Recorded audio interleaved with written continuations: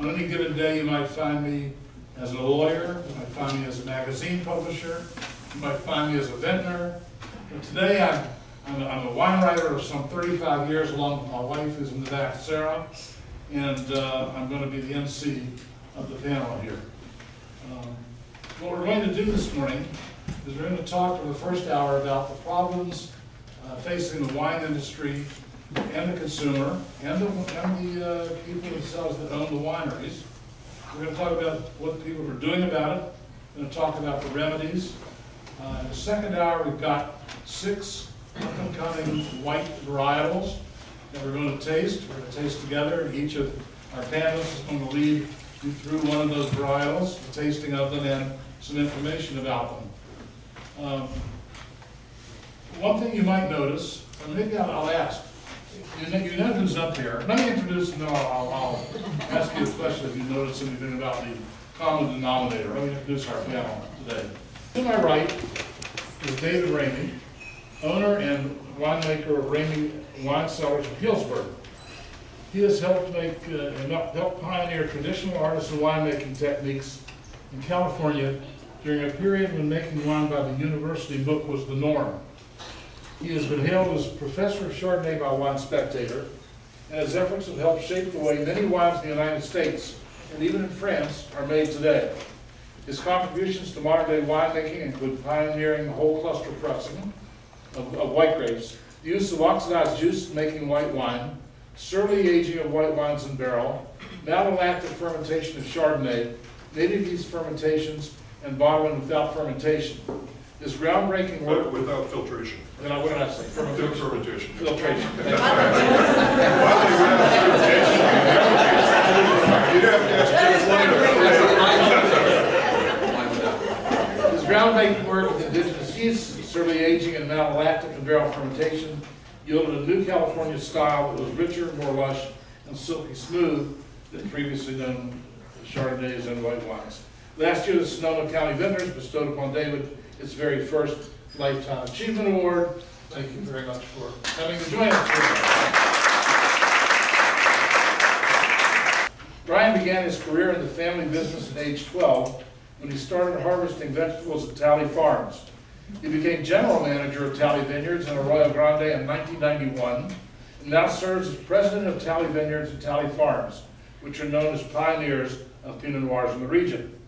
Brian is recognized as a leader in the local wine industry and was co-founder of the World of Pinot Noir, has served as president of the San Luis Obispo Coast Wine Collective, has been recognized by both Robert Parker and the local wine industry as a Wine Industry Person of the Year.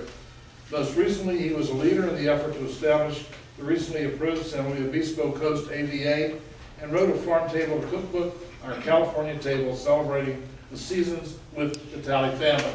Thank you, Brian, also. Sarah actually began her career in this business helping her family plant wine grapes on their 400-acre organic ranch that have been owned by them since 1884. She's not that old, but that's how she began. Where's the ranch? In Kelseyville. Where? Kelseyville. Oh, Kelseyville. It's Kelseyville, okay. I might have said that in a minute, you don't know that. She took a very active role in their new venture and chose the varietals and rootstock, installed the drip tubing, and eventually pruned the vineyard. At the same time, she also served as an enologist assistant during Crush at Kendall Jackson. From these efforts, she decided her new focus would be in the wine industry as a winemaker. She attended Cal State Fresno and then worked for 7 years as the associate winemaker at Franciscan and Mount Leader.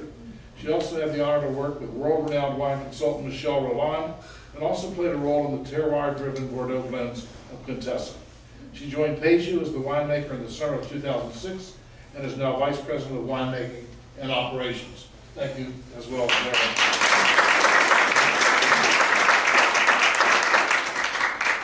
Sitting next to me is Jim Klein, who grew up in San Francisco in the 70s. Grew up in the San Fernando Valley in the 70s. And his first exposure in the culinary arts came at age 10. And he was recruited by the family cook while his father worked as a pipe fitter and his mother as a bank teller. At 20, he was auditing the books for Bing Crosby Productions in Hollywood and earned a business degree from Cal State Northridge before working for a major accounting firm. Jim then graduated from UC Davis and he worked making wines in the San Ynez Valley, New Zealand, Napa Valley, and the Golan Heights in Israel. He joined Navarro Vineyards in 1992 and won the title of Winemaker of the Year from the San Francisco Chronicle in 2002. He chose to live on the ridgeline above the Anderson Valley to get a feel for how the weather affects the grapes every day of the year, and has become a leader in bringing out the best of the region's wines, especially Pinot Noir. Thank you, gentlemen. He was a full-time wine journalist and photographer, and he's lived in Lodi since 2010, and is the author of the now best-selling book, Lodi, The Definitive Guide and History of America's Largest Wine-Growing Region.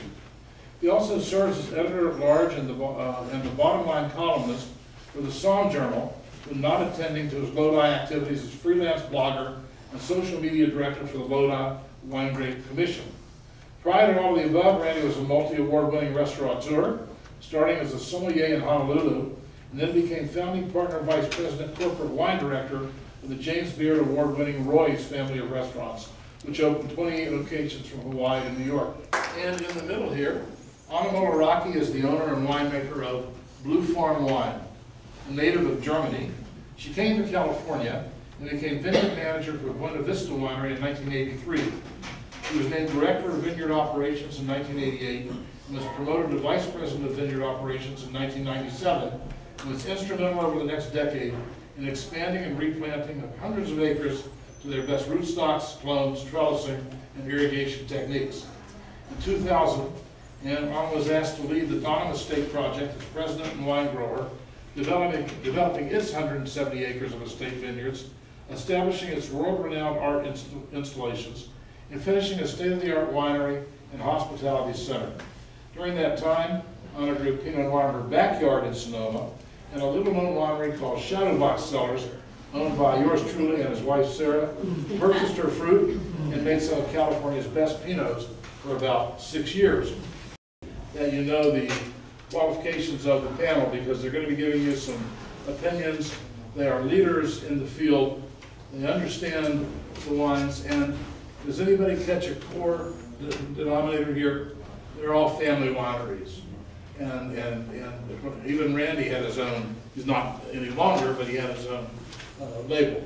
I think that's important in this day and age when family wineries are becoming kind of a lost tradition, if you've been reading what's happening, especially in Napa. So these people are in the production industry, the production side, the administration side, and they're all keenly interested in the business of the wines, and that's one of the reasons we're here today for this first hour to talk about the business. So without further ado, I'm going to get to the first issue, and I think that's not the issue here, whether climate change is caused by humans and or it's just cyclical. The question is, it's here, and what are winemakers doing about it? What does the industry itself have to fear, and what should the consumers know about it? And David, because we talked about it, I'm going to start with you. Okay, so can you all hear me in the back row there? Yep. Yes. All right. In the front row, tell me if I'm shouting too loud. Okay? Jim and I were talking about just briefly, and he, I think, might have a slightly different perspective from his vantage point in Anderson Valley. We live just outside of Healdsburg, and our vineyards on West Side Road in Russian River. Most of our wines are actually Russian River. And what I've seen is that I think global warming is a misnomer for what we're talking about. Climate change is better because there are anomalous events happening. I mean, in Greece, they just had forest fires and then floods. And we all know about the forest fires still going in Del Norte County and Humboldt County. These things are, hurricanes, because the oceans are a little warmer, so they're picking up more moisture, tropical storms. What I see where we are is that our days in the summer, in the growing season, are not hotter. So that's why I say global warming, I think, is a misnomer. In that sense of thinking of, oh, we used to have 87 degrees and now we've got 94 degrees. I don't see that in the summer where we are during the growing season. What I do see is that we used to have frost every year, every spring, every winter. We haven't had that in about 10 years. We had some this year, not a lot, but it used to be a big deal for the growers with the frost alarm, get out there, get the sprinklers or the sludge pots or the propellers going. We haven't had to do that. Coupled with another effect of climate change, drought. We've had probably eight years in the teens in California where it was drought. And so when you put those two things together in our growing area in Russian River, I'd say Napa Valley too, Sarah can comment on that. You have what we call bud break earlier because you have dry soils because it didn't rain. You got warmer soils because there was no frost. And so if bud break used to be March 1, now we may see that on February 10 some years, not this year, but other years. And then since the growing season isn't warmer, what we call the hang time from bud break to harvest, or bloom and set to harvest, however you want to, is exactly the same. It's just shifted earlier about, let's say, 3 weeks. So when I started making wine, really 78, but in the 80s at Simi and Matanzas Creek, I mean, we picked whites in September and reds in October. There wasn't so much Pinot Noir in those days. Now, pretty much, except for this year, we pick whites in August and reds in September. So, but I see no difference in the chemistry of the fruit or the character of the wines, okay? And the last thing I would point out is, while there may be some, there is in various oceans some water warming. Basically, the Pacific Ocean is a vast heat sink or cold sink or whatever, and the fog that we didn't wake up here today, but yesterday when we arrived at noon in Mendocino, it was just burning off. The coast of California, and even I would say Oregon from the Van Duzer Gap all the way down to, you know, Santa Barbara, south of Bryan, we have this natural air conditioning, and you all know it, you know, and you know, it's the old joke by Mark Twain, that apocryphal maybe, but the coldest winter I ever spent was a summer in San Francisco. So there are very few places in the world that have this maritime climate. The coast of Chile in certain areas is, a little coast of South Africa is, but if you look at France, for example, which is, except for maybe Bordeaux, has a continental climate. I mean, Burgundy is really having to deal with, you know, with warmer temperatures. The continental climate is really affected, and our saving grace is the fog, the coastal fog, and the San Franciscans call it Carl for some reason. But anyway, that's my take. So, quick yes or no, you don't see any difference yet in your growing area with regard to any of the climate change that's going on? Your fruit in your area is pretty much the same. You use the word chemistry, the quality, etc. Yes. Yes. Okay, Anna, let me talk to you because you're also in Sonoma, but you're on Carneros. David is in Russian River, she's Carneros. Do you find the same thing? So some of the things certainly are the same. I think we have had, so I have actually seen in the last years more frost than before. I feel like we have just more extremes in that temperatures can go from, well, like I've been farming since the early 80s in Carneros, and we never had frost. We wouldn't even put wind machines up. Now in Carneros, when you drive, you see wind machines everywhere because we do get frost. So we actually had frost the last, I had to get up the last 5 years very regularly and fairly intensely. So it's super interesting. I thought your comment was very interesting, how different it is. That's where it's special when you live on your place, because then you feel the weather. And it is really what vintage is always weather. And I do think that the extremes that we are experiencing are really challenging. But what I always say is weather is very democratic. We more or less get them all the same. And that means we all work together. When we had the smoke, we all learned how to treat it. When we had the heat dome last year, we all kind of learned how do we have to stay nimble. I think we had like 30 years where weather was fairly uniform and it was fairly easy. Coming from Europe, they always had more vintage variation. We didn't here, or at least the 30 years that I saw. And what to do about it? Will perhaps Carneros become the new Cabernet area instead of Callisto and Rutherford? Because that might grow there better, I don't know. There will be things that we will then deal with as they come. For right now, I think I've made great wines in 21, which was a drought year. I think it was one of the special years actually for us, because we rarely have soils that are dry going into the growing season. Normally, we get our rainfall in the winter, so our soils are very saturated. When soils are drier, the berries are normally smaller, you have more skin to juice contact, so you have a lot of flavors. And I think the 21s is one of the best vintages, as long as you had water to irrigate. I know of vineyards that didn't have water and couldn't catch any water of runoff, and they just let their vineyard go fallow that year because it was so expensive to bring water in.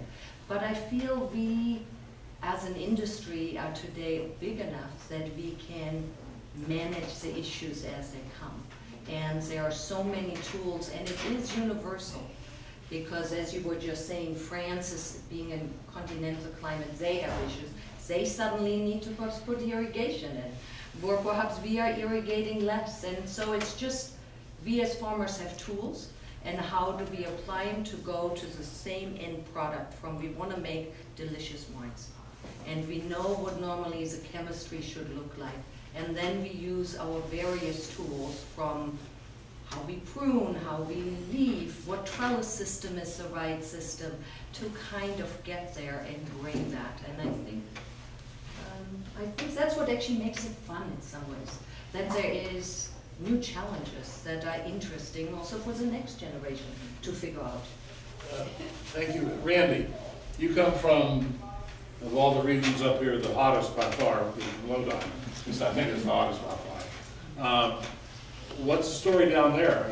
You're making already, surprisingly, some pretty good cold, traditionally cold weather wines. You are making some Chardonnays, you're making some Pinot, are you not, in Lodi? And what's going to happen now as it gets hotter and hotter? Well, I can share observations. As Monty mentioned, I was in the restaurant business most of my career. It's been over 45 years now. But looking out here, I can see now that I'm retired, I'm 67 years old. I'm actually like the youngest person in this room, or one of them. And so, the way I look at it, from my perspective, which is similar in the restaurant industry, we have to understand consumers. And the way I look at it is, we have to change. We have to change what we appreciate, what we consume, and I suppose from the perspective of a grape grower and a winemaker, you have to change. And so, for instance, looking at Mr. Rainey here, a few years ago, even though he's famous for Chardonnay, and he takes a lot of pride in his Cabernet, now he's looking into Pinot. His kids are running the place now, so, but he started looking into other varieties too. One of the things that they were doing for a while was sourcing Kerner grapes from, of all places, Lodi. And Kerner is a German grape. You know, it's a cross, and it makes a wine that probably you could define it as a complete opposite of Chardonnay. It's much lighter, crisper. You know, you have more immediacy of acidity and floral qualities to it, and you have lots of minerality. Very European, and it grows well in Lodi, which is a warmer climate. But I suppose, from Mr. Ramey's perspective, that was exactly what he was looking for. So what we see here from the Lodi perspective is a tremendous shift away from the major varietals. And in fact, I think in a lot of ways, the industry has been since the 1960s and 70s, which is sort of the modern era, and I started in the 70s.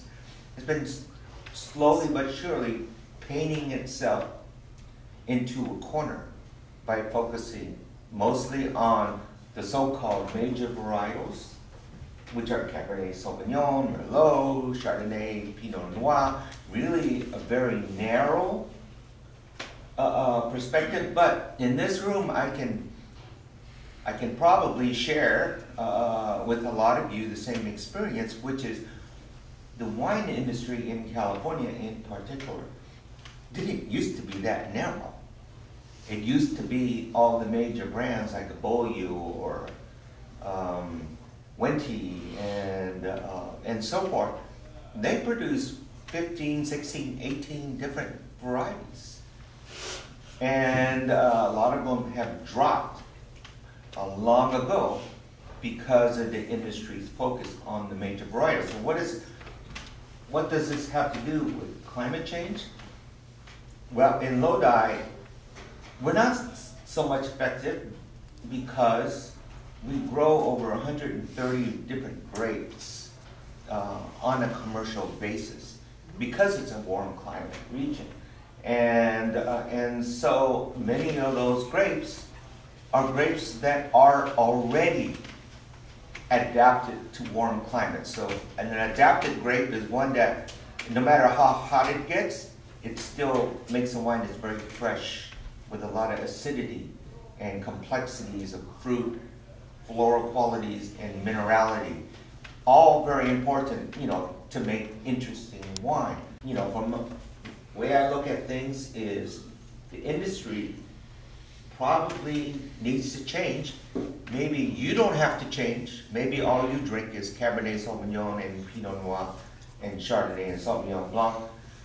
But your kids and your grandkids will need to change.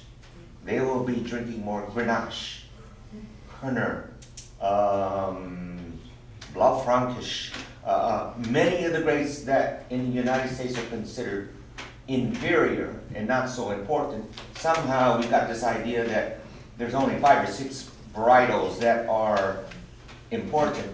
But I think future generations will have to look at it differently and diversify their tastes in order to appreciate the grapes that actually do grow in warmer climates and that are already adapted.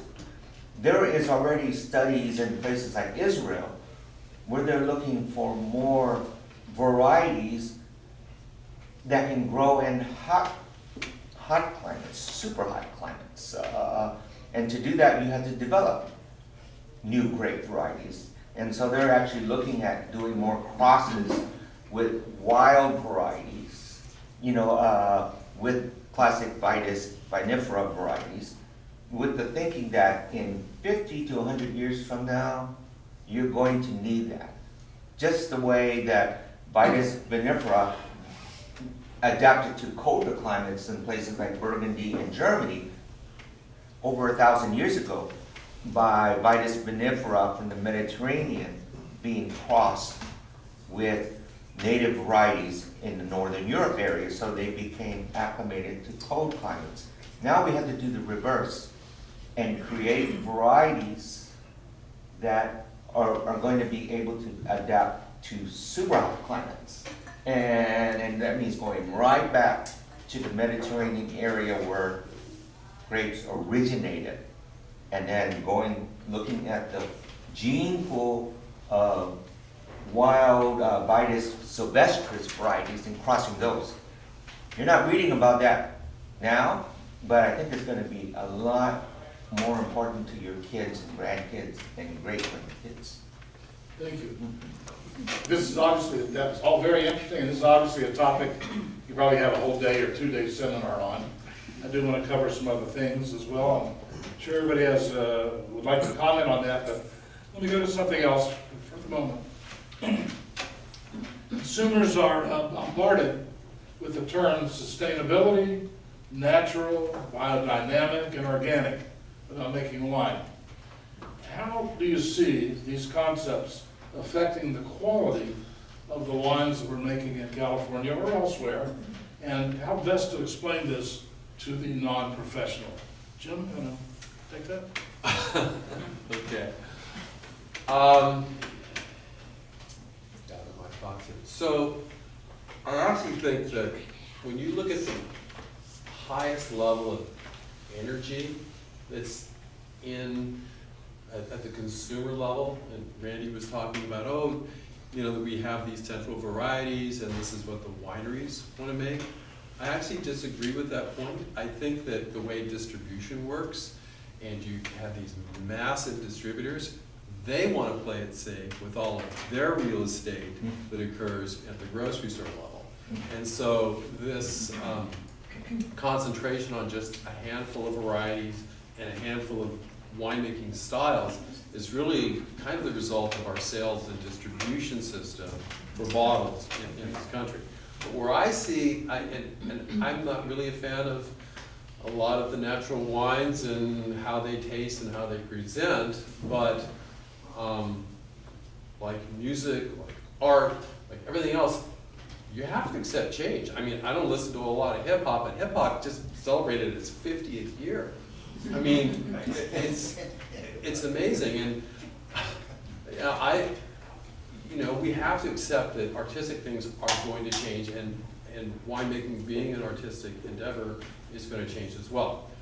I've got kids that are in their 20s and early 30s, living pretty hipster life. One of them is in downtown LA, and so he likes to take me to all these wine shops that are natural wine shops, and I've been to several, and in these urban areas, and here you have young people that have invested what looks like their life savings into these little shops in funky parts of LA, and there's all this super low production. It's natural wines, non-inoculated fermentation, freshly fermented in bottled wines, and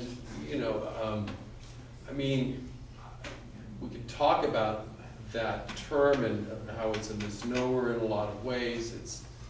But that's where the excitement is. That's where the market is. There's people in their 20s and 30s are interested in those wines and those techniques. They're also interested in a whole assortment of styles of rice-based wines, different coming from Korea and China and Japan and Southeast Asia. There's so many other things happening for that, for those groups, for the young people. So I see wine changing, whether we like it or not. I think there's a lot of exciting things in there. We're not going to, hammer on these, what we've done. There's something else is going to take place, and that's kind of a natural progression. Think of how art has changed in the last 125 years, from objective through non-objective through, these things have just really, our appreciation of these things is just going to change over time. So I think that's about it. Yeah. Sarah, you want to go there? Sure. So the question was more specific to organic, sustainability, natural wines, etc. I grew up on an organic ranch. My dad put on the board of directors for CCOF for over 30 years. So I've been inundated and grew up in an organic household.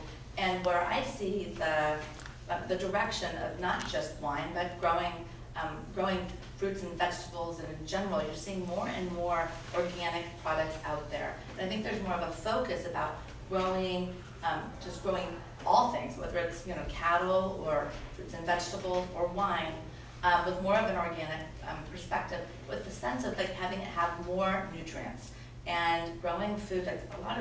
I think if you look in Europe, for example, you can eat, people that have allergies with wheat or dairy can eat the food in Italy or in France because they're not using the same types of pesticides that we're using here in the United States. And I'm not going to talk too much, I'm going to get on a soapbox on the sense that like we're growing food that's not very healthy for ourselves. And so I think that our children that are, you know, in their late 20s and 30s as well, they're learning to, they're kind of saying, hey, you know what, this isn't okay. We want to grow food that is healthier. This is, what have we done? And, you know, and they're blaming kind of like our generation and our parents' generation, etc., for growing food that is putting more food out there, having bigger crops, things that, you know, putting lots of pesticides so we can grow more of something. However, what we're finding is that it's not as nutritious as good. So that's kind of a separate thing that we are talking about, organic and sustainability. What does that look like? So we are certified organic in our Rutherford vineyard, and we're sustainable. We have 6 different vineyard properties in Napa. And it's, you know, I think it's the right thing to do when you can, and my hope is that more and more people will take that over.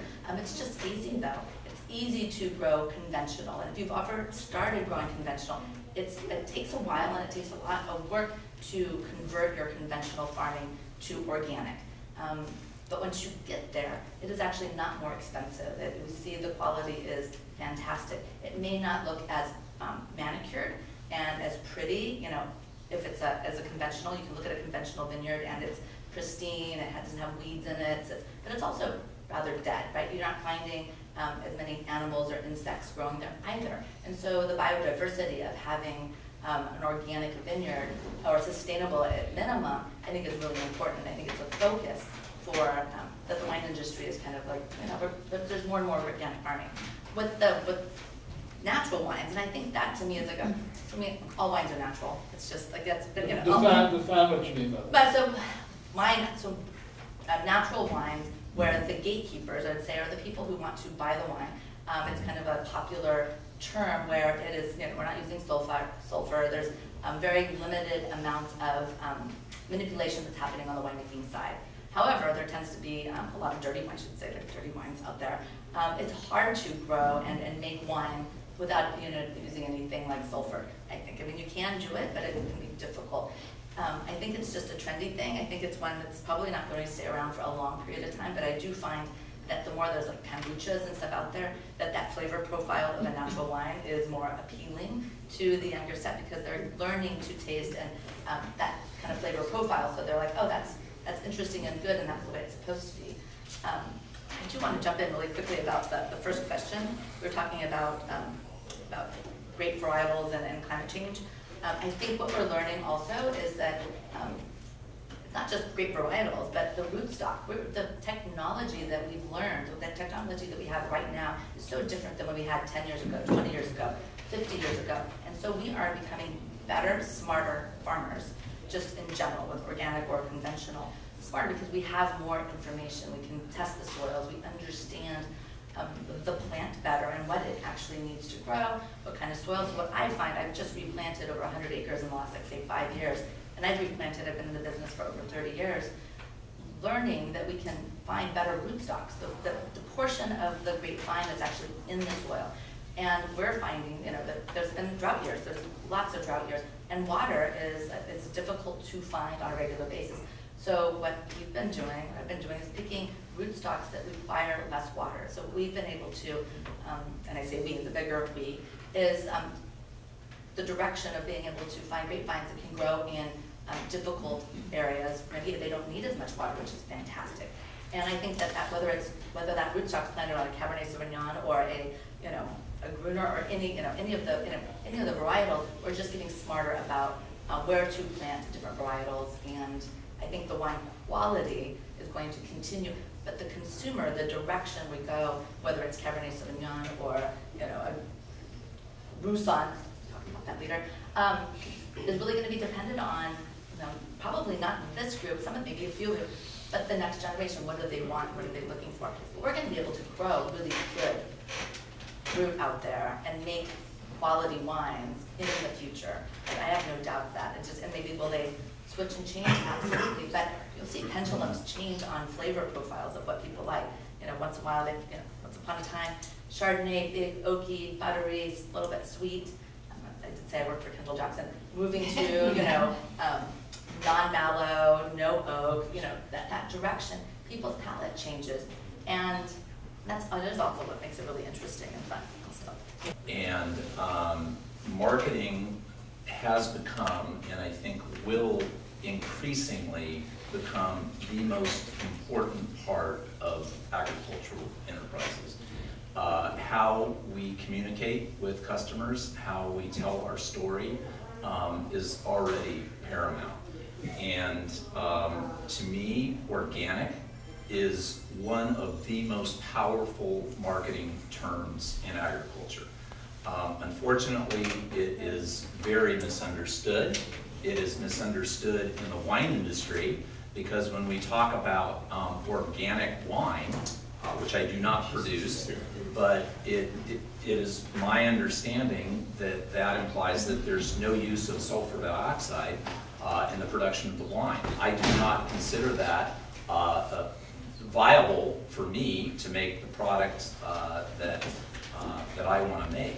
A lot of folks assume when we talk about organic farming that there is no application of or inputs of any chemicals whatsoever. That is not true. Basically, organic means, and I have some certified organic lemons that I farm, about 100 acres. Most of what I do I would classify as sustainable. All of our vineyards are certified sustainable. But people just assume that if we say organic, it means that there's no chemical inputs. The reality is that there are chemical inputs. They are certified organic materials. And so, my takeaway from this is that organic is a very, very powerful marketing term that gives people comfort because they feel like the food that they're eating is more nutritious. That actually is debatable. And I'm also a vegetable farmer where we spend a lot of time researching these topics. And the other point I would make, we talked a little bit about natural wine earlier.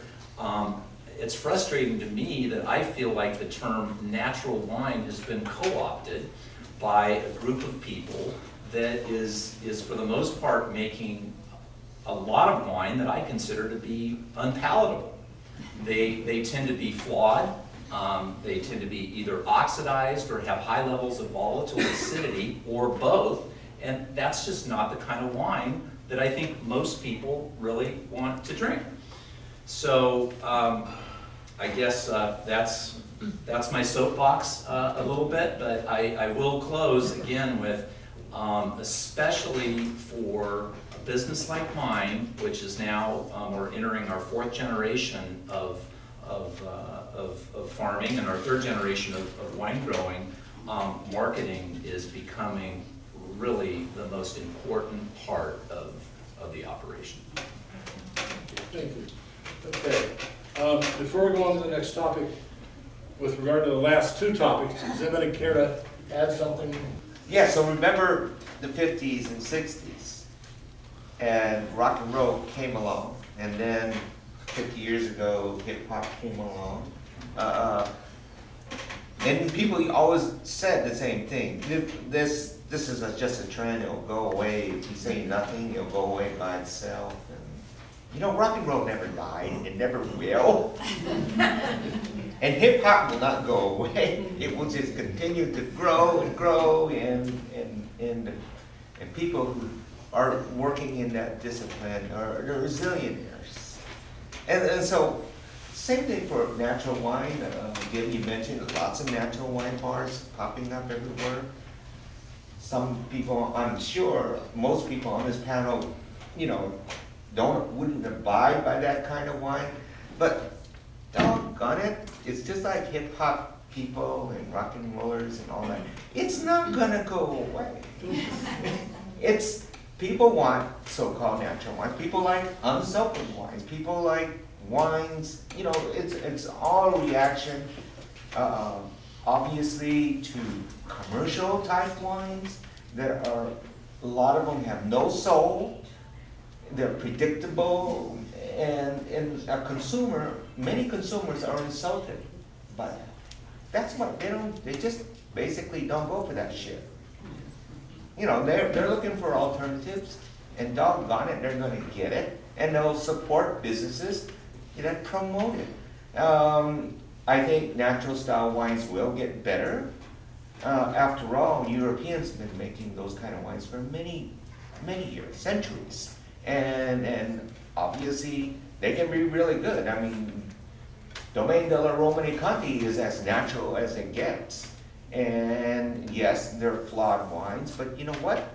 They're actually the most prestigious Pinot Noir based wines in the entire wine world. You know, things will come around, but whether you like it or not, you know, natural is here to stay. Whether you like the term or not, it's here to stay. It's just like rock and roll. And so we have to pay attention to it. We have to pay attention, just like we have to pay attention to hip hop, even if we never listen to it. Maybe it's other people's music. Well, this is other people's wines. And whether you like it or not, it's here. I think back in the 70s, we had a lot of wines that had all kinds of qualities and were flawed. And they were perhaps the natural wines of that era. Then we really became these fantastic winemakers that had all the tools how to make consistent wines. The consumer wanted consistency. If they buy a bottle of wine, they wanted to know that it tastes the next vintage kind of the same. Perhaps we went too far, and especially the large wineries. And now there is a backlash. I think there's always that pendulum that goes one way or the other. Coming from Europe, I give America a lot of credit. It's a huge marketplace. It makes, therefore, it gives different opportunities, but I think it also has certain shortcomings. We market to 350 million people. When you go to Italy, they mainly drink their wine in Italy. They don't have American wine on the table. They don't barely drink French. When you come to the US, you want it all. And so perhaps we needed to narrow it down, talking about distribution and so on, to kind of say, all right, Napa is known for Cabernets. That made it easy to understand and wrap your head around. And I think now we're feeling, oh, that's getting a little boring. There should be more variety, and we want to go back to. When I started at Buena Vista, we had more Gewürztraminer and Riesling planted than Chardonnay. The main white wine was Chablis. So as Randy said, we came from something very different, and we might go to, again, more varietals. But the opportunities are there, and we have a fantastic marketplace. We talk about the big producers. But the United States has 12,000 wineries. Of those, over 10,000 are 5,000 cases and less. So there's only 76 wineries that make 500,000 cases and more. So it's a small group, but those are the wineries that we hear most about. They are the ones that are in the supermarket. They are the ones that have huge distribution chains and all over. But the little wineries is really what people fall in love with and why they come to wine country. And those are really the wines that most of us in somewhat make, or the in-between there. Perhaps not, I'm small like that, but perhaps others are. But that is, I think, where the energy and the creativity and the artistry is. And that is really the bulk of our industry. And I think we sometimes get confused, who are we talking about? Because the others are perhaps in the press and that we see, but the one that we really fall in love with in the romance is that smaller winery. And so I think it's just a lot of different topics that get kind of wrapped in one. And I do think organic, nobody talked about the vineyards. The beauty is of sustainable, organic, biodynamic, whatever you call it, it brings us all in the vineyard. We learn how to farm better. We see the same trend in medicine. We went from really, if you had something, you right away got an antibiotic. Now we say, oh, perhaps I just take a tea and some herbs and some vitamins, and we look at it differently. We don't take, and the same happened in the farm. We are suddenly, we don't need to take, we look at other things. I think most today use cover crops, use tools to see how we are most efficient with our water use. Look at how to compost, and grapes don't need to go to the fresh market. Nobody looks really how they look like. So it's fairly easy to grow organic in terms of not using chemicals that are synthetic. But you still use some materials to keep your food clean. And I think all of this is, we are actually in an exciting time. My daughter very much, who is also here in the audience, she's helping part of Blue Farm. She very much pushed me to make an albarino, so kind of a natural pet net. I did, it was fun. We had a fun time.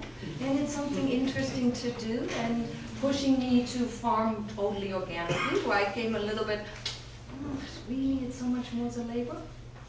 The farm feels better than ever, and it really is a wonderful thing. So I think what the next generation brings with the know-how that we have and where we came from, I think it's going to be a fantastic blend of new ideas and something new coming. And I think there's place for all of it. So thank you. So unfortunately to me, we only have a few more minutes left. This is the first time that they've done this kind of thing at Winesong. Hopefully they will do it again with in an expanded way, because there's so much to talk about. I do want to hit one more issue very quickly. Before we do that, I am going to comment on these varietals. If you saw the article in the paper last week, the average bottle of wine now in Napa sells for over $100. If you've come, and I live most of the time in Napa, though Sarah and I, in the summers anyway, Sarah and I try to get around all the regions. I guess I'm most familiar with what goes on there. Hotels, any good hotel in Napa is now $800 to $1,600 a night. We're going to price ourselves out of the market in Napa if we're not careful. Sonoma's average bottle is $54, believe it or not. The difference, $154. So that's why I think these varietals we're going to taste in the next hour, and also the ones Randy was talking about mostly, and the new varietals, I think they're important not just because they come under the climate change consideration. I think they're important because they come under the economic consideration that's going to happen in this country, because people are not going to continue to buy wines, unfortunately. And I used to say that when our shadow box, before we started making wine, I used to say you can get a cab anywhere in Napa Valley for $120, $115, and it'll be great. You don't need to spend $300, $400 a bottle of cab. It's ridiculous. Now that we make a $175 bottle of cab, I say you can get a cab in Napa for $175. You don't need to buy anything else. But the reality of it is kind of crazy when you think about it. And I think that we have to, as the industry, do something about it. You have to do something about it relatively quickly. So my next quick question, we're going to take 10 more minutes. Everybody has a couple of minutes to answer. Not you two, it's like the match game. You've already been twice. We'll take these four. People are certainly increasingly interested in their health. While there is some indication that a small amount of red wine a week has a beneficial effect, an overconsumption of wine results in direct and indirect damage in far greater numbers in this country. Are people looking for lower alcohol wine? Does the industry have any kind of responsibility to make these wines lower alcohol, to make them perhaps more healthy if they are healthier? And how low can you go and still have, in alcohol levels, and still have a quality wine? So the vast majority of wines that we produce are under 14% alcohol. The one consistent, I guess, difference is with Grenache. We just haven't been able to figure out how to make Grenache that's under 14% alcohol. I would describe our wines as very classical in style, so between 12.5 and 13.5% alcohol. I really don't know how to make wines at dramatically lower alcohol that would be delicious, which that's a core mission for us, is to try to make wines that are delicious and hopefully pleasing to folks in the room. Finally, I will say I'm not getting any requests or demand from my customers, either our direct customers or my distributors or retailers, for significantly lower alcohol wines. So, with that, I would say that maybe some of the cooler regions coming up will have a better opportunity to make wines that are lower in alcohol. I certainly make some wines with lower alcohol and some that are higher. It's very difficult in warmer regions to make a wine that doesn't have as much alcohol. However, I do feel like there is kind of a trend, and you can hear it in different reading materials and podcasts, what have you, about the negative benefits of, or not the negative benefits, but the negativity of drinking alcohol, just in general. A lot of health, I mean, there's a trend where they say, and I've heard this multiple times, but there's a trend where like cigarette smoking, back in the, let's say, 50s, everybody was smoking, and then as people have learned more about smoking, people are doing it less and less, and there is, I've heard that, alcohol is kind of the same way, that there's a mindset of that possibly in the future would be very similar to cigarettes, where people won't be drinking as much because we're learning more and more about the negative aspects of wine. But everything in moderation, right? So I think that there will be, and I've actually been thinking about what I can do. I've gone through some health stuff recently, and the recommendation is to drink less alcohol. I make alcohol for a living, so I'm trying to figure out what would be a way to still have wine with dinner. I'm a big proponent of not just necessarily just drinking wine for the sake of drinking wine, but having it with food, and I make wine specifically to go with food. And I like that culture. I like I like having a little bit of wine with my food. But what can I do for the consumer in the future to make wine that are lower in alcohol? And I've been seriously thinking about coming up with something and a different wine that'll be lower in alcohol for individuals that are, and I'm going to use the word cancer, that people possibly have cancer or going through those, they're telling you not to drink it. What could we do to potentially make something that's a little bit lower in alcohol that still tastes really good? And so I haven't done much with it, but it's been spinning in my head a lot over the last few months. And I think that there will be a trend of people wanting lower alcohol wines. And so we'll see. David? Well, I'm more cynical on this, and I fault the World Health Organization and the Canadian Government Health Organization for focusing on cancer and having promulgating a zero level. They actually said there is no safe level of alcohol consumption, and I want to say, Jesus, they probably never lived in Greece or Spain or Portugal or Italy or France and had 2 glasses of wine at lunch and 3 glasses of wine at dinner. The first thing Vern Singleton at Davis told us is that wine is the beverage of moderation because you drink it, you enjoy it with food. A little technical, what happens, he said this in class, is as soon as you put food in your stomach, the sphincter between your stomach and your small intestine closes to keep the food there so that it can digest a little while before moving through. That leaves the alcohol in your stomach rather than going into the small intestine, and so your blood alcohol doesn't spike as much compared with having a shot of bourbon on an empty stomach. And America is prone to accept that sort of the anti-alcohol approach because of our Puritan forebears. I mean, America really has trouble with fun. And enjoyment and just sensuality. I mean, and this you can track that from sex to alcohol to anything. And if you've lived in France and got used to having a couple of glasses with wine with lunch and maybe 3 with dinner, I think that's eminently healthy for your mental health, if nothing else.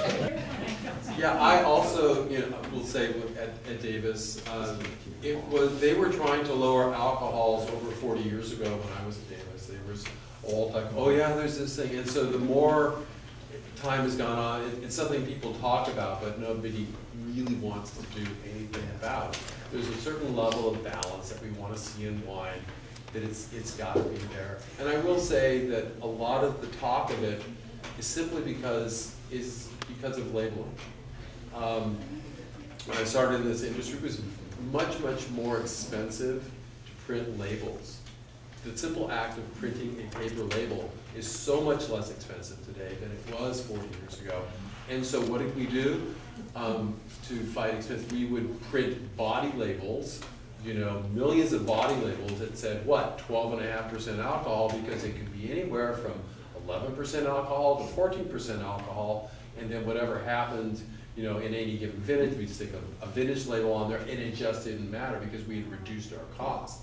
And so a lot of wine writers, excuse me, think that, oh yeah, look, now that we've got, you know, you can see it's 14 and 15, 14 and up, and then there's all these, everybody's got very specific about their alcohol levels, but really, I think that a lot of those wines, thinking back, they were pretty high in alcohol often at 14% or a little bit above back in the day. And, you know, it's just really the labels have gotten a little bit better. And so we all think that there's been this inflation. There has been, and I was a part of it too, in trying to push ripeness levels, particularly in red wines. But I think all of that has more or less come back down to earth, and we're not seeing bottled wines that are in the, you know, high 15s and 16s anymore. I think those are pretty much. There's a few in past rolls. Yeah, I'm sure there are. Thank you, Jim. But let's take 12% alcohol wine versus 15% alcohol wine, okay? Now, if you have a 5-ounce glass of 12% alcohol wine, let's call that 60 alcohol units. If you have a 4-ounce glass of 15% alcohol wine, that is 60 alcohol units. So if you have 3 glasses of each, you've had 15 ounces of 12% wine or 12 ounces of 15% wine. It's not, I mean, and you get the same effect, and it's not that big a deal. It's not that big a difference. So anyway, that's the point I wanted to make. I appreciate it. Okay, thank you very much. You guys are great, really. We're going to pretend you're a jury. You're going to get 8 to 10 minutes, because you'll turn your glasses over. You're going to pour while we're up, and it'll be easier if you get up. But the point I want to make is that I started drinking wine in the 70s and going to Davis, etc. And the models for Chardonnay, the model for Chardonnay was white Burgundy, just like the model for Cabernet was Bordeaux. And I worked at Moritz in Pomerol twice, 79 and 89. And for many California producers, the classic models are relevant touchstones, reference points. And so there are a lot of exceptions now. I mean, there's a lot of reaction to Bob Parker and Jim Lobby, the anti-alcohol, the unoaked Chardonnay, that stuff. But classical Chardonnay was barrel fermented and goes through malolactic. Okay? And for many California producers, the model of Bordeaux for Cabernet and Burgundy for Chardonnay is a relevant model. Viognier is a little bit different. Because I think the California producers that make it tend to make it kind of fresh and fruity and crisp, whereas many of them I don't think know that the classical place for Viognier in the Rhone Valley, in northern Rhone, is Condrieu, and in Condrieu the Viognier goes through malolactic. A lot of people don't know that. And one thing I would say about malolactic is, again, in reaction to a lot of the overblown Chardonnays in particular that some critics gave high scores to, there was a reaction to malolactic. And so you see some Chardonnays now that are non-mallow and unoaked, etc. All wines go through malolactic by themselves, unless blocked by adding sulfur. So malolactic is a completely natural thing. We use, for all of our wines, we use native yeast and native mallow, and if you don't block it with sulfur, it goes through mallow. So it's not, with Chardonnay, an insidious plot by activist California winemakers to make buttery Chardonnay. You can do that, but normally it's not. Ours is full mallow and doesn't stink of butterscotch. So when I talk about mallow with Condrieu, it's interesting that while many California producers echo stylistic points of, let's say, Chardonnay from Burgundy, they don't for Condrieu, and so I have like some numbers, for example. So these are numbers from a 2012 Gigal Condrieu, and compared with, and I will say this is Pride Mountain 2022. So the wines are 10 years apart, but that doesn't matter. So starting with the alcohol, the Condrieu is 13.7, pretty healthy for a French wine in those days. The Pride Viognier is 14.85, so about a point higher, not surprising. There was no RS in the Gigal. This wine has 2 grams per liter, so just I mean, it's enough to taste dry, but it's there. It gives a little fuller mouthfeel. The Gigal has no malate, 0.05 grams per liter. It's non-existent. The Pride has 1.5 grams per liter, so proof that it didn't go through malolactic. And then the key points, really, the Gigal has a TA, total acidity, of 4 grams per liter, and a pH of 4.0. The Pride has a TA of 5.7, so almost 2 grams per liter higher total acidity, and a pH of 3.56, so half a point lower. A couple of chemists in the room may know that the pH is a log function, so, and it's a negative, so 3.0 pH. The wine ranges in pH from 3.0 to 4.0. You know, German Rieslings is 3.0. You got a Gigal Condrieu, it's 4.0. So the 3.0 is going to, and you taste pH not as sour like lemon juice. You taste it as mouthfeel, so that low pH wines, a Trocken Riesling from Germany, is like a lean, skinny mouthfeel. And then the Condrieu, because it had pH of 4.0, is round and fat and unctuous. And this sort of splits the difference. Like blocking the mallow, they preserve some of the acidity. They may have acidified, I don't know. But this is my point today, is that unlike, say, Chardonnay or Cabernet, where the classical models come into play, with Viognier, most producers are going for a different style than the classical model. Taste, what do you get in this one? Well, it does show, I mentioned to Monty that the glasses are pretty small, with small pores, and the wine is pretty cold. So the aromas aren't really announcing themselves very much. If you wanted to, you could put it in your palm like that and kind of swirl it a little to warm it up, and that would show the aroma more. But you know, Viognier is a floral. Not quite as, it's not as spicy as Gewürztraminer, but you know, floral, I would say, aroma, and compared with, say, a leaner wine like something on this table, Riesling, this has a pretty plush palate. It is almost 15% alcohol, so there is a certain richness here, not as much as the French model would show. So I guess everybody's had their taste. Just to let you know, it's fermentation, 100% neutral French oak, 100% neutral French oak, 100% Viognier, $48. So, to me, pretty good buy, pretty good wine. What was the original sugar? I'm sorry? 2 grams. All right. 2 grams, 2.06.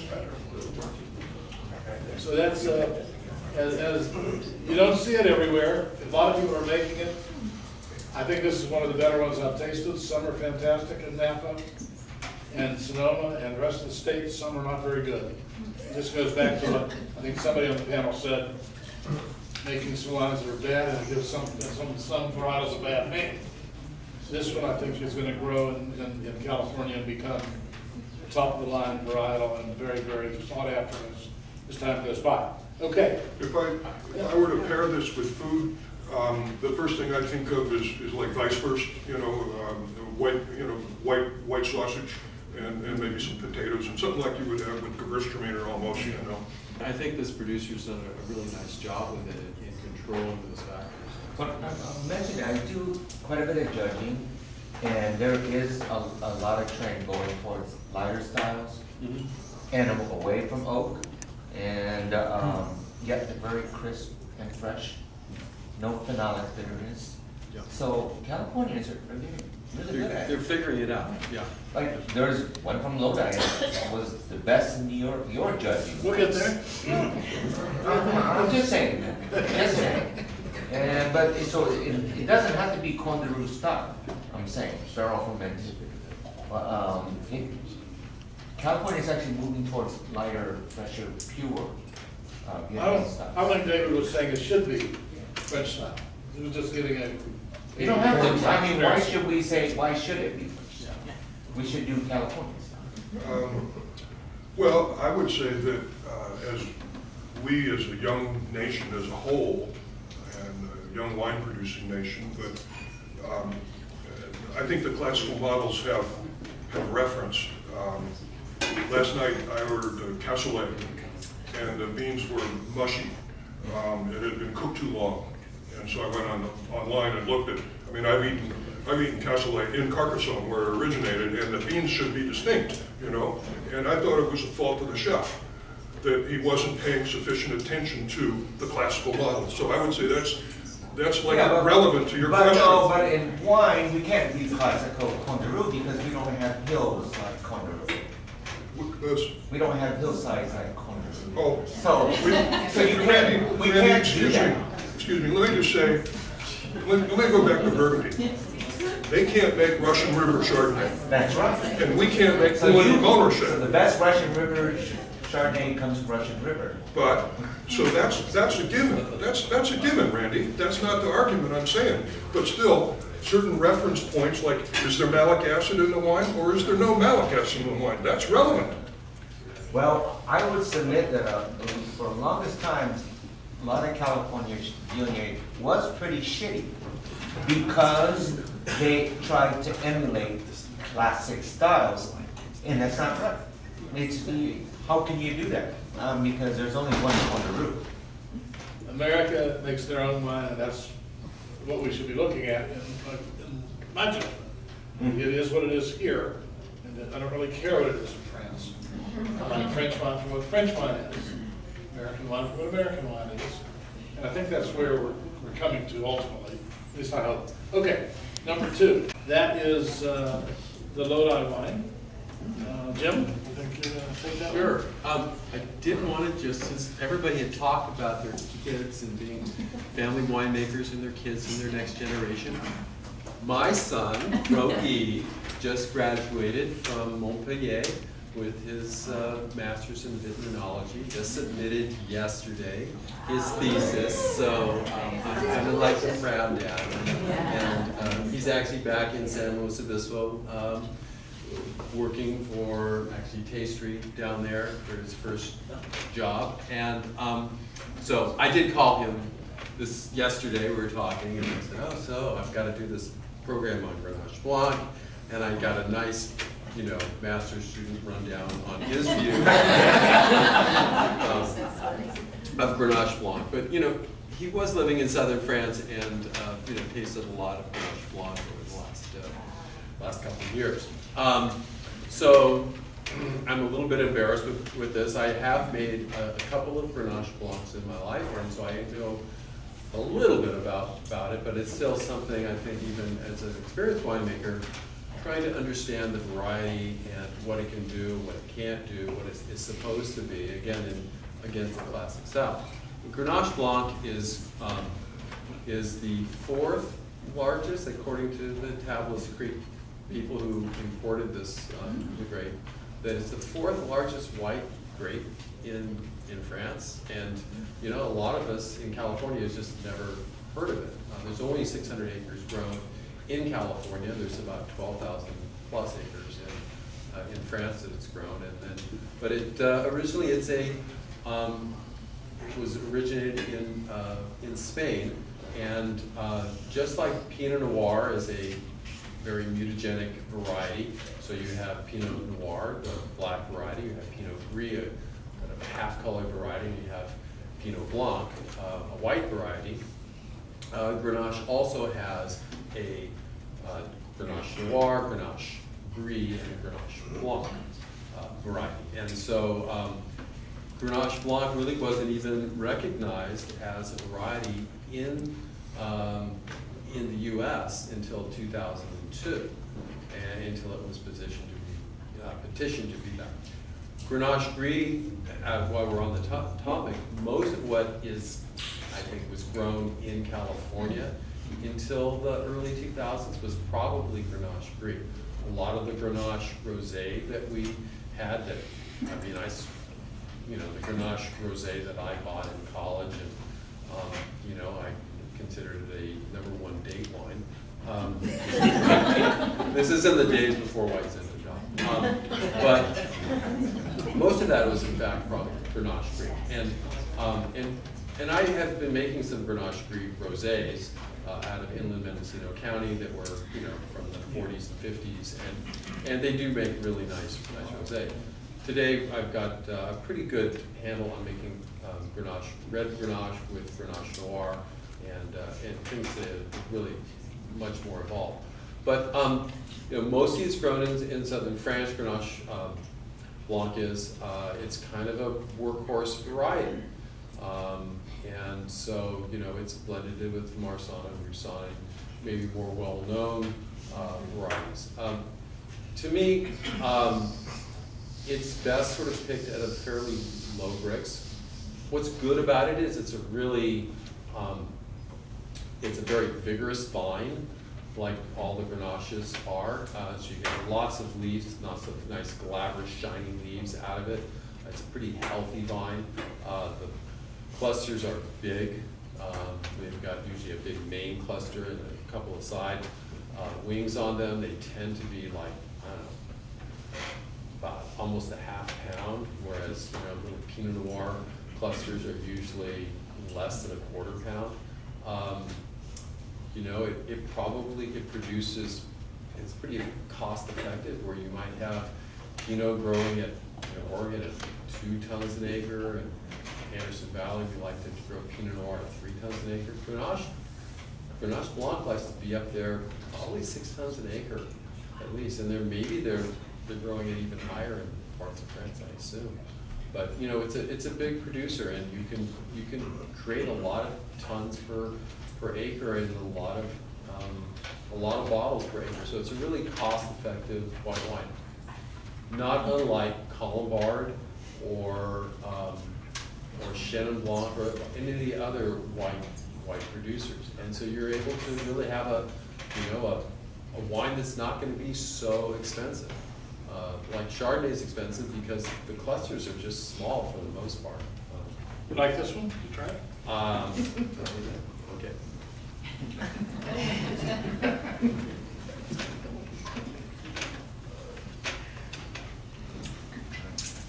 So I'm getting some some fresh fig, even some Frijoya out of it. I think it's got a little bit of an edgy sort of structure in it, like maybe melon and all. Typically the wine is, I think, in my experience with the 2 wines that I made, I think it tastes better when it's harvested early and you're down in, 12% alcohol. I actually think that it has a lot of natural acidity at that point. And if you're starting to let it go north of 14% alcohol, you're really kind of getting some melony flavors, and I don't think it really ages all that well either. It's just not a wine to lay down for 10 years. This is one that, I think after a couple of years, it's white table wine. It's 12.5%. Yep. 12% alcohol, $34, 100% Grenache Blanc. By the way, the last one, Pride Mountain, of course, is on the top and down, half of it's in Sonoma, half in Napa. The Viognier was 71% Sonoma, 29% Napa. This is Lodi.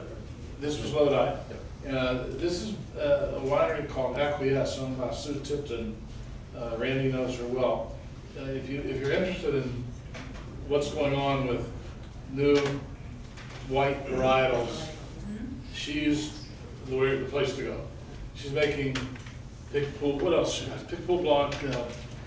How many she got? Roussanne, Viognier, and Claret Blanche, Bourgogne, and she grows And she Grenache makes Noir bubbles, for- and she makes for still, rosé. and so it's a very interesting place.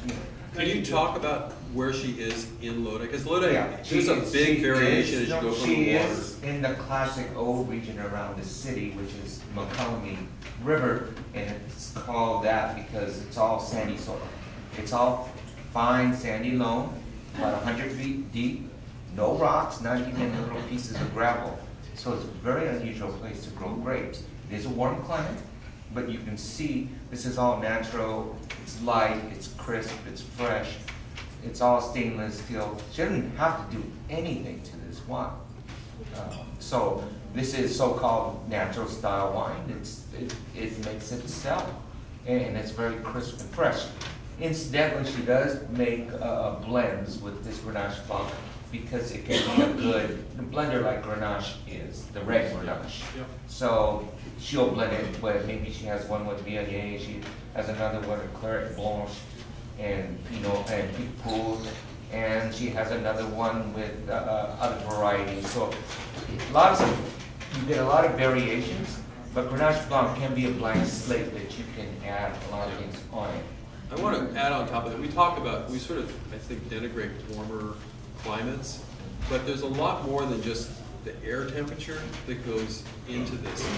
If you're in an environment like you described, where you have deep sandy soils, and the vines can get down, and they have a soil-moisture relationship, and they can keep up transevaporatively with their warm environment. There's absolutely nothing wrong with being in a warm environment.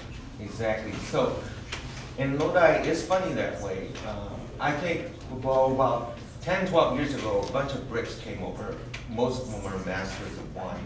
And they took one look at Lodi, and they knew already that Lodi makes mostly red wine, like Zinfandel. But they looked at it and said, this is a white wine region. You know, this is not really a red wine region. This is perfect for white wine grapes. You know, so there you go. What do the Brits know?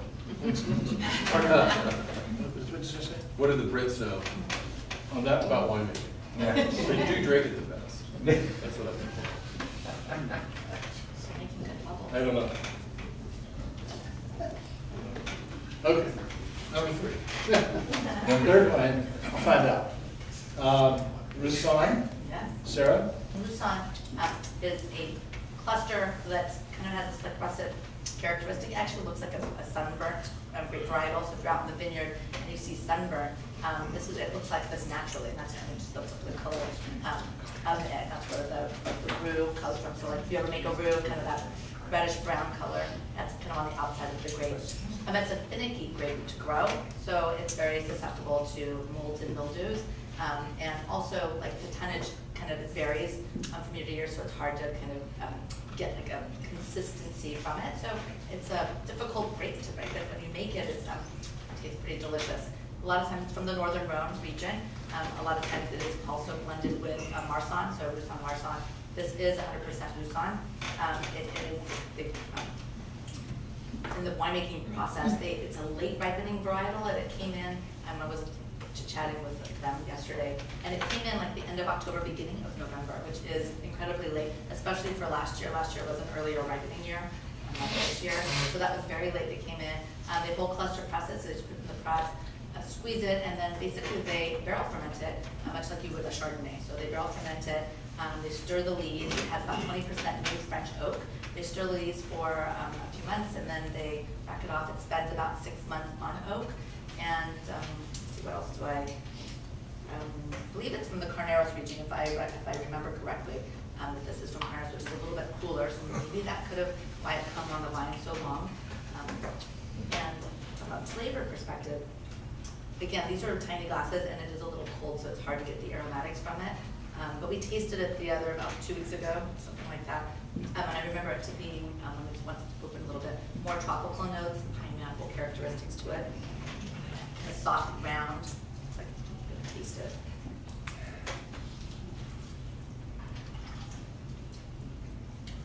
Yeah, so it's really soft and round. You get a lot of like oomph from it. I would imagine that's from the leaf contacts, from the stirring of the leaves that they're getting that rich niceness. I've had Rusons that have been more crisp and bright. This is lovely. It's a really pretty is, I'm sorry, Go ahead. this is Carneros, Truchard. Vineyard, it's 14.1 alcohol, $30. And I will say that this wine at the American Fine Wine Competition, which is an invitational that Sarah and I founded some years ago, and where you have to be invited to get there. This wine took best in class white this year, I believe, and that's over some pretty damn good Chardonnays out of Sonoma and everywhere else. Those who enter, not everybody enters or will take our invitation. But there's some damn good wines, and this one won. So it's one of my favorites. To me, the only comment I have is it's shocking how inexpensive this wine is, given what you described. It's a fickle grape to grow, and in general, it tends to be more expensive. Well, I would imagine, because it's Napa, but the Truchard family's been there for so long, so they've owned the land for so long. So what you'll find, and this is just jumping in, but you'll find that like wines can be less expensive. We grow, and we have a lot of wines that are under the $100, you know. But because the Pageant family, 40 years, have owned the 6 different vineyard properties, and if it's a vineyard, if it's a family owned and they've owned it for a long time, you can still have affordable wines. I'd say fun facts, I have Viognier arriving at the winery shortly today. So, and I make it in a bright, crisp style. So, Is in your glass is an Albarino. Interestingly, when I asked Anna to do this, I don't think you were making an Albarino, and now you're making an Albarino since I asked you to take this this varietal. So please, you got number 4. So, and so Pinot is an undiscored champagne, and I got that from 2 Creek vineyards in Sonoma Valley from the Bradley family, and it was a beautiful. It's a beautiful vineyard, and it was really fun to make, but very interesting. So my background is really in coming from Germany, so Riesling, Gewürztraminer, all of that would have been good for me. And then I have spent my time certainly making Chardonnay and Pinot Noir, especially Pinot Noir, my kind of main focus. Learning about what was really fun about looking more into it is really learning about the variety. So Albarino comes from the northwestern part of Spain and Portugal. Alba means white, whitish, and it up until the mid-80s it was really more blender, as most of those varieties that we talked about so far have been, so not a standalone. The Spaniards started making it as a standalone, and it has really become quite popular and grown. It made it over the big pond, and we do have a little bit in California, but to put it in context, there's 0.3% is the acreage of white varieties grown in California. That compares to 53% of Chardonnay. So Chardonnay is really the queen of white wines in California, and so Albarino is very small. Most of the Albarino comes actually from San Joaquin Valley and Yolo County. This one here today is actually from San Luis Obispo, the Etna Valley. They grow around, I think it was 5% of the acreage is in San Luis Obispo. Then Sonoma and Napa grows only 3% together of all the acreage. But another little interesting tidbit is that Albarino grapes in Sonoma and Napa were higher priced than Chardonnay. So that doesn't mean that all the growers now craft over and do Albarino. It's just because there is so little of it that there is the scarcity, I think, drives that price up.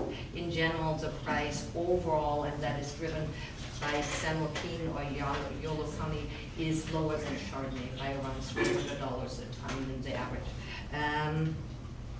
It's, I think in general, it's picked, for example, earlier as an average in California than Chardonnay by over bricks. It is normally picked around the 22 bricks level, so it means it's supposed to be fresh and clean and crisp and light, and I think that's what white wines are wonderful. I don't know if this one saw any malolactic. When I looked at some of the data, it's in neutral oak. I don't know how long she keeps it in oak. Mindy. 60 neutral, Northeast famous too. Yeah, Mindy has an interesting story. She's a woman-owned winery. She makes a lot of small lots, mainly specializing in Spanish varieties, so Albarino, Grenache, and Tempranillo.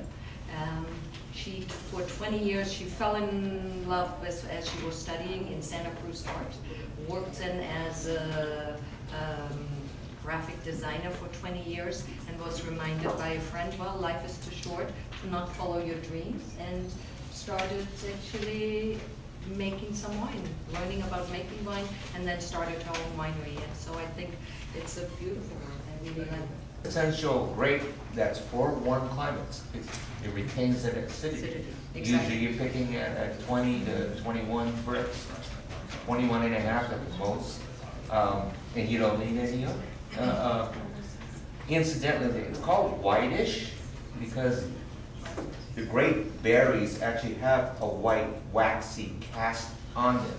So it's horrible grape to photograph because it always looks ugly too. And because you want white wine grapes to be nice and green, but it isn't green. And that waxy film actually shows you why it's adapted to Pinot Verde as well as Riojas Baixas. They're Atlantic coastal regions. You get a lot of humidity.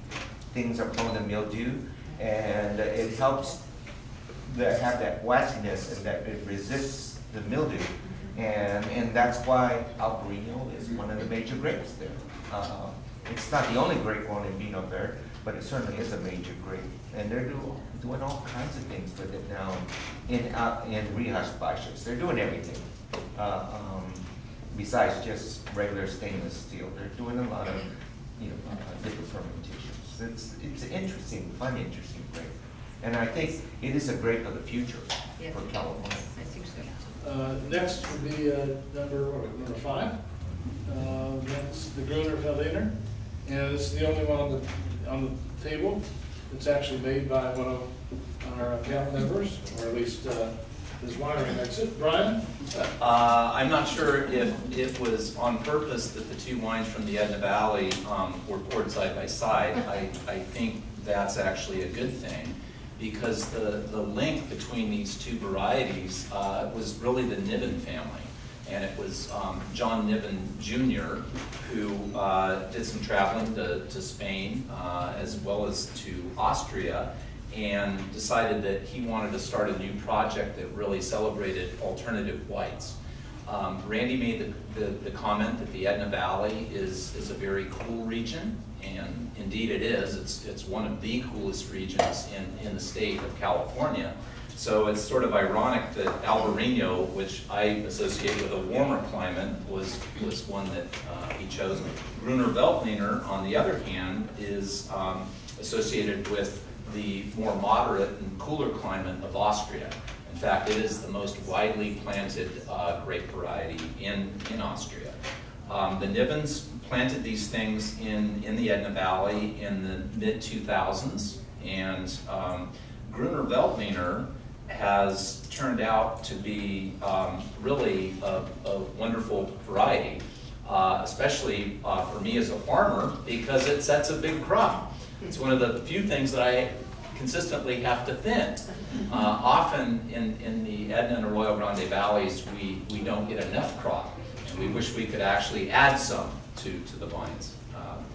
Gruner Veltliner is also, it's a beautiful grape, unlike Albarino or Roussanne. I mean, it just has beautiful green and shifts to more golden color as it ripens, and just makes beautiful wine. And so, having said that, there's a lot more excitement and enthusiasm about Albarino in the Edna Valley, and that is being more widely planted. I think there's really only 2 of us that actually have any Gruner Veltliner. I have this in a vineyard that I own called Oliver's Vineyard, named after the founder of my family's farming operation was Oliver Talley, and I have 2 acres of it, so not a whole lot. winemaking here, really very simple, fermented in a combination of stainless steel and some neutral French oak. As with all the wines we produce, it's fermented with native yeast. We do block malolactic fermentation in this wine. And quite frankly, I'm not sure what the common practice is in Austria with respect to malolactic. In our case, we are trying to produce a wine that we bottle soon and release in the spring. So this wine was bottled in February, immediately after the harvest. And it is just about sold out right now. If you come to visit me at Tally Vineyards in the summertime, this is often going to be the first wine that gets put in your glass as sort of a welcome to Tally Vineyards. And I used to tell people all about its wonderful history in Austria, but now we just say it's like sunshine in a bottle. And that's what I think. Marketing. Yeah, marketing, exactly. I think my daughter came up with that. Anyway. $34, by the way. All of these wines, great buys, I think. Right. And, $34. And yeah, so that's Gruner Veltliner. Desire Lines Wine Company, I really didn't know them. I tasted this recently, and they've got some wonderful reviews. And I've asked Randy to take that. So if you'll do that, Randy, go right ahead. With pleasure. But I will say this about the Gruner. This is a very serious wine here, Brian. You know, it's more than just that. It has this. It's more than sunshine in a bottle. Yes, it's got this great phenolic feel. It makes its presence known. And a little peppery spice to it. Really, really interesting. It's that little spice sometimes you get in the Viognier. Definitely in yours. It's just, to me, it's just utterly fascinating. Which is why in Austria there's so many variations in Gruner. And it is a good grape for California too. You can grow it in a warmer climate. It does grow in Lodi, and it still has all the acid in the world. It's just great. You should do. We do. Yeah. Oh yeah. Okay. Yeah. Our property next door, we've been making Gruner now for about 3 years. It is planted in an area that's, the Anderson Valley is very site specific. So even though we're, close 10 miles away from the ocean, if you're tucked in behind a little hill, or in this case, next to this creek with this line of oaks, it really doesn't experience those afternoon onshore winds like the rest of the valley. And so it's in sort of a deeper area next to a creek and warmer area. And we like to pick it at about 21.5, 21. It keeps its acidity well. We ferment it in foudres and age it on the lees, until about the end of April, and then pull it out and bottle it in May. And try to build up. Not only does it have acid, but we try to have it on the lees and get a little bit of lees content to try to build some, have it be dry, but also have it have some mouthfeel and natural sweetness from the yeast lees breaking down. Very serious one. Yeah. So this Riesling, supposed to talk about this, and it's a beautiful wine too. Get all that citrus in the mouth, lemon and stone fruits, and it's very fragrant and it's refreshing. And Monty, did this win an award in one of your things? Or is that I never knew anything about it until So it has another award, nothing that I. It's really nice, and it's obviously a dry style. And Navarro, of course, is famous for its Riesling, and they do dry to medium sweet and late harvest too. So, and I don't have to tell any of you guys, I can look at my audience here, about Riesling, because you probably all grew up with Riesling just like me. When I started as a sommelier in 1978, we actually sold more Blue Nun. but German Rieslings were extremely popular. We used to sell cases and cases of it every week. And the great vineyards too, from Berliner Sauvignon to Bernkastel and Schwarzhofburger and Schloss Johannesburger. And you old timers know that in California we used to call real Riesling or white Riesling Johannesburg Riesling, only because there were other grapes that were called Riesling. You know, Grüner Riesling, there was a white Riesling, I mean, Monterey Riesling, there's Gray Riesling, which is really Trousseau Gris, and Wente Brothers made that famous. And I used to sell at least 5-6 bottles of Wente Gray Riesling every night, but it wasn't a Riesling. So you have to call real Riesling Johannesburg Riesling. And so I actually got to go to Schloss Johannesburg in the early 80s and, you know, studying about wine. Long ago, a master of wine, master sommelier, told me that if you want to learn about terroir, you go to Germany. And he was right. Yeah, you do go to Germany because then you taste the Rieslings from all these great vineyards on those steep hillsides alongside the river. And each one is strikingly different, variations of flower, citrus, and minerals, and each one reflecting exactly where it's grown. That's how you learn about terroir. Schloss Johannesburg is theoretically where Riesling might have originated. It is the historic, you learn about it when you go there. It's historically in 1720, it converted to Riesling entirely. In 1775 or thereabouts, that's where they first accidentally, I think, discovered late harvest styles, because a bishop who was in charge of saying when you're supposed to pick, well, his messenger got delayed by 2 weeks, and this is the legend that you read about. You can read it in the books too.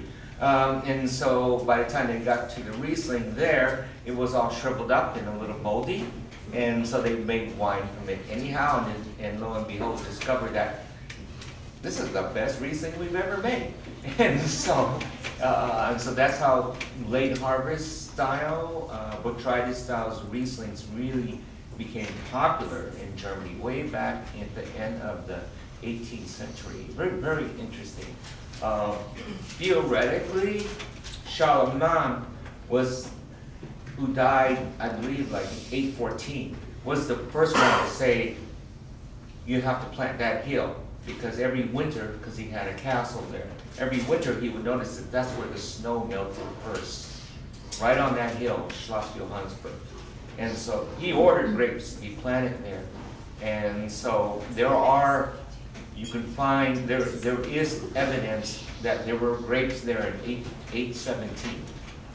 So even though the old man died, they were following his orders. Now, we don't really know if that was Riesling that was planted in 817, but we do know that Riesling was popular in Germany by the 1400s.